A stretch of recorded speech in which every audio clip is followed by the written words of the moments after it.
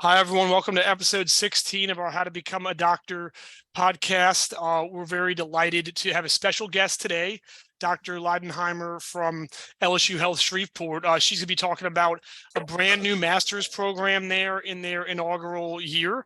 So, really exciting, Robbie and I connected with her last year to hear about the program before they started. So we're excited to hear, especially now that it's going, and we even have many students from our campus up there. So first of all, Dr. Leidenheimer, I'd love for you to introduce yourself, just share a little bit about your role there in Shreveport.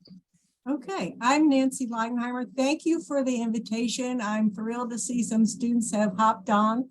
I'm in the biochemistry department, professor. I've been here for 30 years, actually, so quite some time, and I've had the opportunity to do a lot of different things on our campus, including educate medical students and sit on the admissions committee for the School of Medicine. So that's kind of relevant to what we're going to be talking about today. I'm a neuroscientist, and I've trained PhD students and taught in the School of Graduate Studies. And so I've done a lot of different things. And last spring or summer, they asked me to be the director for the new medical sciences master's program. And I was thrilled to have that opportunity. Awesome. Well, let's dive into the program. So obviously you guys you started, which is awesome. You're rocking and rolling. So why don't you give us an overview of the MS Medical Sciences program? What's kind of the few minute snapshot? Okay, so just the purpose of it is to help students who might not be ready to go on to medical professional schools like medical school or dental school, to help them get better prepared. Maybe they need a little more background. Maybe they're just, their study habits are not where they need to be, or the MCAT score or whatever is not where it needs to be. So in terms of the curriculum, we have 3 semesters. It's a 12-month program. It's non-thesis, and we have in the first semester gross anatomy, which comes with a full cadaver lab. So that is something that is really beneficial to the students, no matter what medical professional school they go on to. We have a variety of classes in the fall, such as biochemistry and cell biology. And then in the spring, organ system-based courses, which I think the students will really enjoy, because that gets them a little closer to medicine. It puts it in a biomedical context for them. So they also have some professional development class every semester. They have experiential medical sciences. And what that is kind of a hodgepodge. We bring in speakers such as the associate dean for the admissions committee, for medical school, all kinds of speakers, different physicians, and we have the students do shadowing, and we have them attend grand rounds. So they really get plugged into the campus and get a feel for what it would be like really to be around this kind of environment in perhaps a medical school or allied health school that they might choose to apply to. Great. Yeah. So let's hear a little more about y'all's campus settings. Obviously, you'll have a lot of programs at LSU Health Shreveport. So how does this master's degree kind of integrate, classroom space, professor-wise, that kind of thing with the medical school and the other programs? Well, so we have 3 schools on campus: the School of Graduate Studies, the Medical School, and the School of Allied Health Professions. And so the students in the master's program they are in the School of Graduate Studies, but they will take some classes in the School of Allied Health. So they take gross anatomy with the allied health students, and also neuroanatomy, which is ongoing right now with the allied health students. So the campus is a little removed from downtown, but not very far.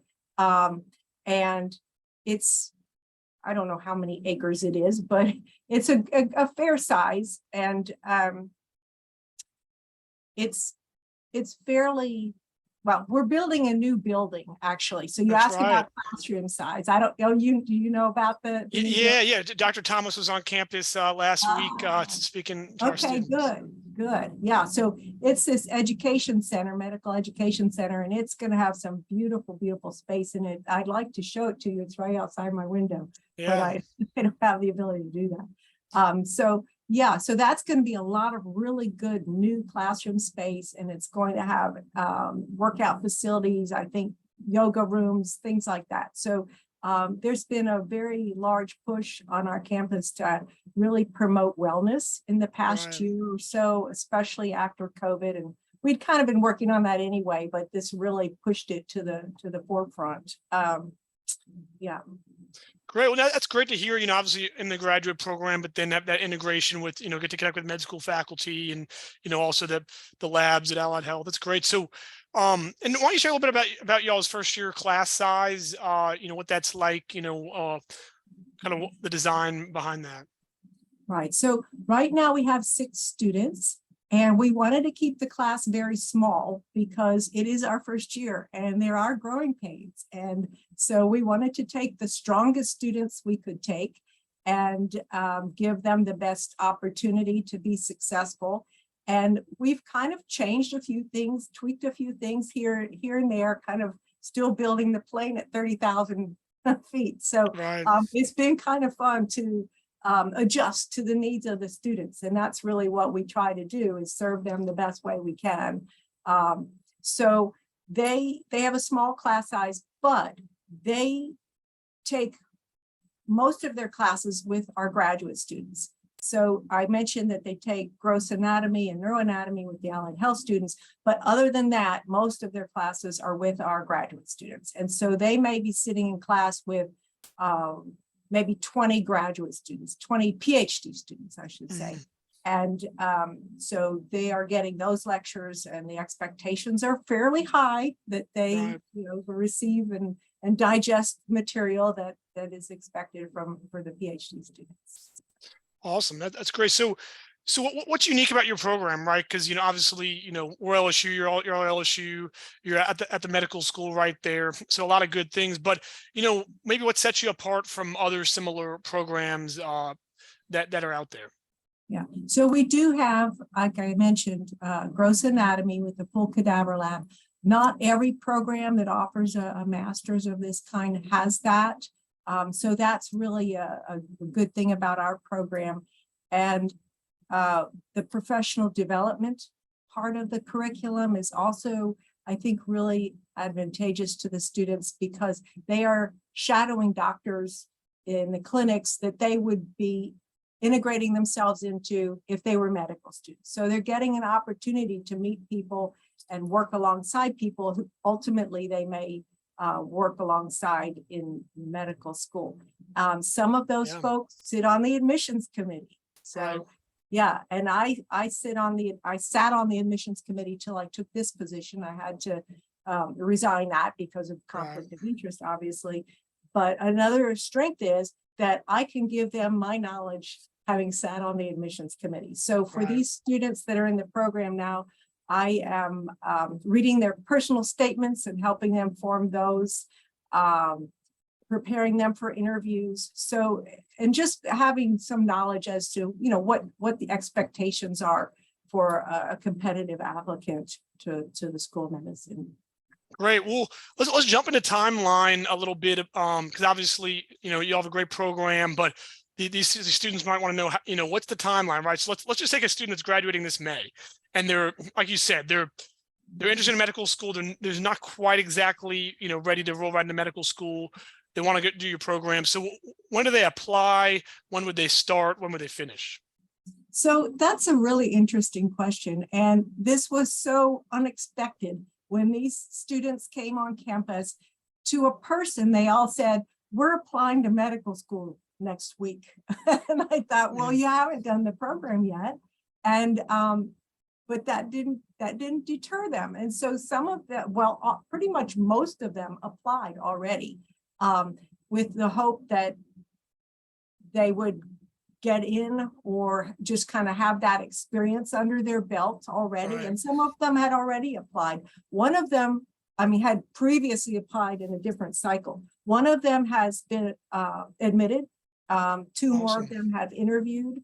Awesome. But I want to make sure that the students who are listening to this understand we don't have a linkage program, meaning that some places have linkage programs so that if a student makes a certain GPA or an MCAT score in the master's program, they automatically get an interview. We do not have that. So it's not that we may not have that in the future, but I just want to be very clear that at this point, we don't have it. Right. Okay. So when does the program start, around about, even y'all's next class, and when would they finish? Yeah, so it starts in May, so late May, and this past May, students graduated from LSU, and most of our students, as you know, are from LSU Baton Rouge. So they graduated that weekend, and then on Monday they came to orientation, and on Tuesday they were in gross anatomy. So so they didn't get a break, which But they're getting a master's degree in 1 year, right? So yeah, they needed to get in here and get going. Anyway, yeah, so they come in May, and then they go all summer pretty much in gross anatomy, and that's 5 credits. So that takes up the bulk of their time. They also had histology in the summer and a few other little things to do, such as the professional development class. In the fall, which starts second week in August, we actually had to make some adjustments because the curriculum in the School of Graduate Studies, the calendar is different in the start time for the semester than in allied health. So there was some kind of shuffling around, but then in the fall, they take biochemistry and cell biology and neuroanatomy and professional development course. And then in the spring, I mentioned that they take didactic organ-based kinds of things. So they do graduate in May. And so it's a very rapid, but it's non-thesis, so they don't have to do any kind of research. Right. And so you asked previously when they would apply to medical school. And sorry. Oh, and the program too. So when do they apply to the program, Oh, to the program. Okay, they can apply now. So we went live with the application process in September. And you apply through GradCast. And I know you put our website up in the chat box, the link to our website. And so if students visit our website, they will get a link. They will see a link to GradCast, and they can apply through there. And so I can tell you a little bit about the requirements if you'd like. Yeah, that would be great for sure. Okay. All right. So we require a GPA, a science GPA, and a general GPA of 3.0. And the prerequisites are what you would expect. So, if you want to go to medical professional school, no matter whether it's medical school or dental school or whatever, you're going to have certain courses. And so we really need applicants to have advanced biology courses, because to be very transparent, a lot of the material that our students are getting now, they will get again in medical school. And, some of it's pretty much at the same level. So you have to really be prepared to hit the ground running. I like to think of this as medical school boot camp. So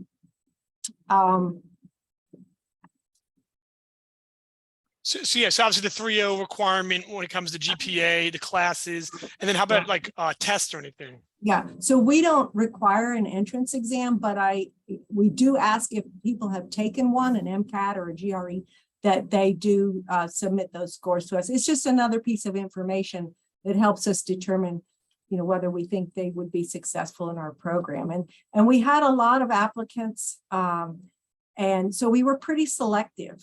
And I think that serves the program well and serves the students well, because we don't want to take people who we don't think could be successful. So the prerequisites I mentioned. And then the letters of recommendation is the only other thing that comes to my mind. Yeah, the letters of recommendation, we require 3, and we have an admissions committee. We did not do formal interviews last year. I pretty much talked to everybody. That I think I talked to all of them. I might have missed 1 or 2, but several of them had already applied to medical school. and had been on the wait list. So they were already deemed acceptable to enter medical school. Once you're put on the wait list, that's kind of where you fall. They think you could do it. You're just not as competitive as you might be for getting in. Okay. And, I know you guys like people to apply early, but, when's the deadline to apply? Yeah. So the deadline is not until April 15th. Please Okay. don't wait that long. Right. Oh, absolutely.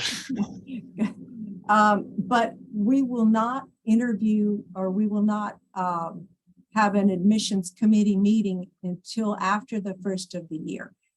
It Okay. turns out that for these kinds of programs, a lot of applications come in February and March. We Right. really got the bulk of our applicants then. And Okay. I think what happens, and you may have even told me this, is that, after that fall semester, the undergraduates go home and they didn't do as well as they thought, and they kind of realize maybe they're not as competitive as they need to be. And then they start, having that backup plan kick in and start applying. So we will admit people probably February, March. Yeah. So obviously you guys, already been through this process and you saw a lot of applicants and you chose your 6 you have there, which, as you're saying, are the ones that they're standing out. And so, what are some of those, as you think back on your students, what are some of those things that made them stand out, that made you say, hey, I believe in this student, I think they would succeed? Well, definitely being on the wait list. Okay. Yeah. Okay, great.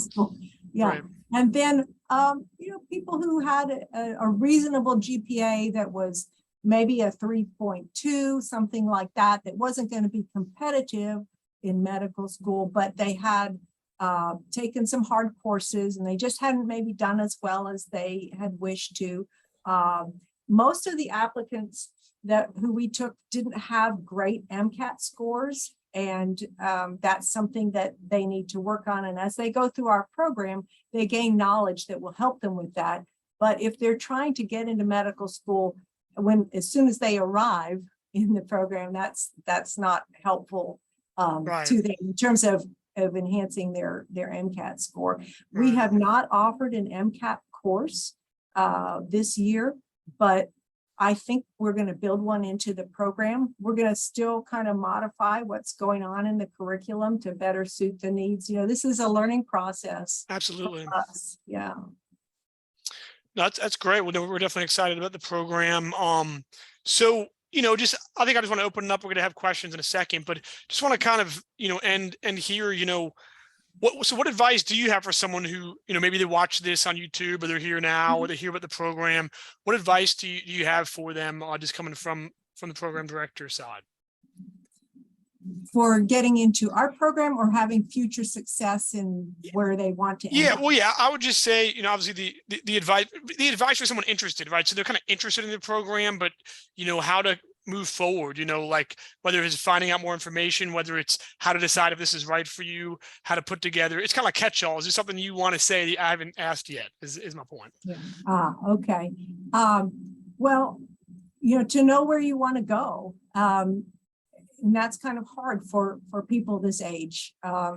But, look at our program, look at other programs, and go to the AAMC, the American Association of Medical Colleges website, because they have information on should you do this kind of master's program. And it really kind of walks them through, what should you be thinking or not thinking in order to make the decision of going into a program. If you really want to go to a medical professional school and you just need more time for whatever the reason is that we talked about, these programs can be really good. And I want to say that, having taught medical students for a long time, the students who go through these programs stand out, not only in their general class, but in small group settings. I've done small group settings for a long time, and they take a leadership role. They really lead the group. Their study habits are fantastic.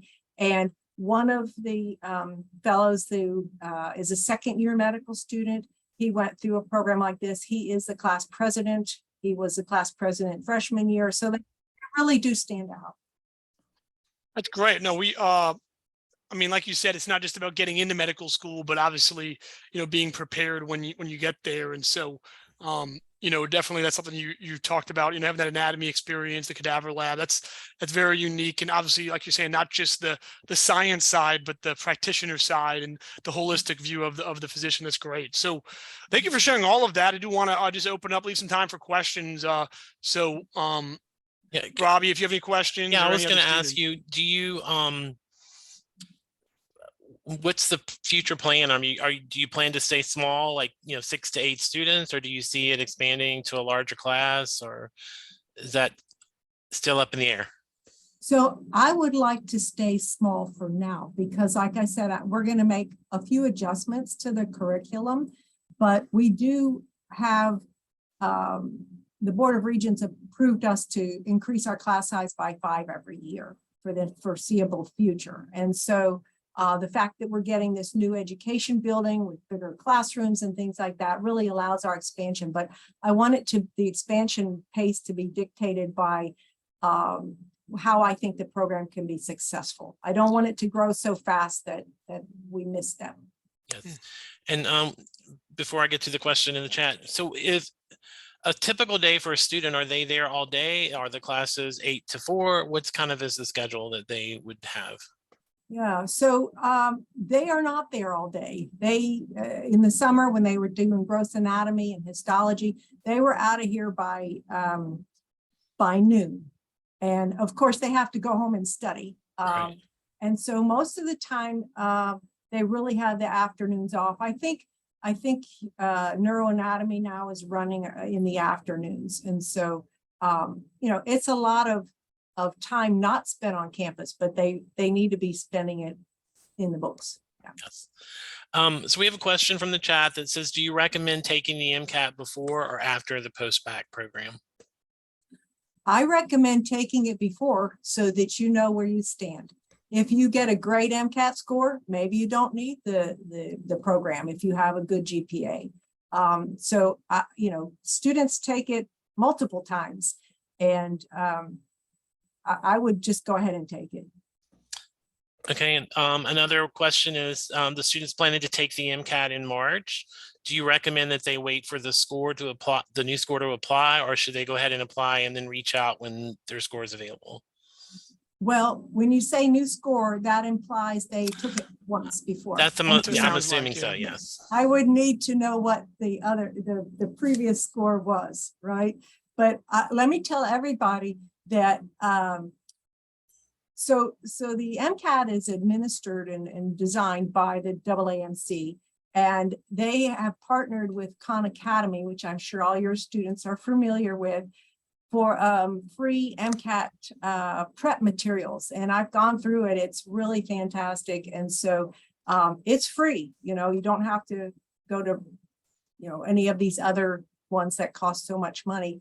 But I would really recommend those materials, especially if you've taken the MCAT before and you're particularly weak in one of the 4 sections. I mean, you just go and study that. But I would take it. I would take it just to see where you stand. But you would recommend going ahead and applying even if they don't have a score that they're comfortable with? So let me just tell you what our medical school is looking at right now. Our average MCAT score for last year, I think, for students who were admitted was a 506. And it's now, and Dr. Thomas may have talked about this when she came to your campus last week. Last time I talked to her, it had gone up a little. I think it was a 507. And so if students can use that as a gauge, it's not everything. There's a holistic review of an application. So, if you have a great GPA and you've taken really hard science courses and your MCAT's a 504, apply. You don't. So I was going to talk about applying to your program though. If they're taking the MCAT in March, should they apply to your program if they're taking the MCAT for a second time in March, or should they wait until they get that score and then in April, I guess, quick, send in an application? To our program? Yeah. Oh, okay. Because we don't require the MCAT. They don't. So, Yeah. so you're saying if they're interested in your program, go ahead and apply, and then they can always Yeah. send you their score in April when they get it. Yes, they can Okay. do that. Yeah. I thought you were talking about the medical No, school. no worries. No, Like you said, I they know. might be applying to both at the same time, so Yeah, it's yes, confusing. that's absolutely true. So, Okay, we have a question about tuition for in-state and out-of-state students. yeah, so in-state is about 15,000 a year. I know it will go up a little bit next year. It's running at about 15,000 for this year. Out of state was, I think, 33 for the present year. So it's a little more than double. Which sounds about standard, like, about half off, for in-state, and then that's a standard maybe for a private school. So, you also have another question, are students able to work during this program for financial stability? We can't stop them from working, but it would be very bad for them to take the time to go to work. And I understand people have to, support themselves. There is financial aid through our financial aid office. I don't have anything to do with that, but and of course, if they're going to go on to medical health, professional school, they've got to be mindful of how they accrue debt. Right. And then how about living? Like, can these students live on campus there, and most of them living off campus? What does that look like? We have no on-campus living, and so they usually just get apartments around the area, which is what our graduate students in general do. And y'all's campus can help point them in some directions of that, or is it like, are students like usually room together? Like, is that something they can chat about? Yeah, some of them do. Actually, they arrived from LSU kind of, it seemed, in pairs, Okay, great. And yeah, and so yeah, some of them are roommates. Yeah. Great. Awesome. Do we have any other questions? You could add them in if you have any more. I do want you to wrap up. Obviously you guys have the website. I put it in the chat. If someone asked, will the recording be posted somewhere? Yes, it's on our YouTube channel. If you look under phase LSU, you'll find it. But I do want you to finish a student wants to know more information. Of course, you guys have the website. I put in the chat. They can find there. I put it on our Instagram post. But aside from the website, if they want to connect with you more, find out more about the programs or open house, what are the best ways to find out more? Yeah. So if they go on the website and they read all the material, on the website are ways to connect. There will be an email. They can email. It's a generic email address, so it doesn't come directly to me, but it goes to the program, and we answer those emails. Please read the website first. Yes. Yes. And, and then of course, if you know my name, you can directly email me, right? And we prefer you go the other way. But students do directly email me, and, I will answer their questions. Awesome. I know it's a quick flyover, but that's probably how y'all's, program feels, getting a whole master's degree in a year, and then prepping for the next cycle while that one's going on. But, yes. Of course, this was not a summary of y'all's whole program. So I do want to encourage, as you said, the students to go read the website. I've read it, and it's linked on our Moodle page. There's some great stuff on there. Answer a lot of questions, but of course, you guys definitely reach out. Looks like this medscims, is that the right email? medscims@lsuhs.edu. Yep. So yeah, reach out if you have any questions, but I just want to thank you again for joining us. Thank you so much.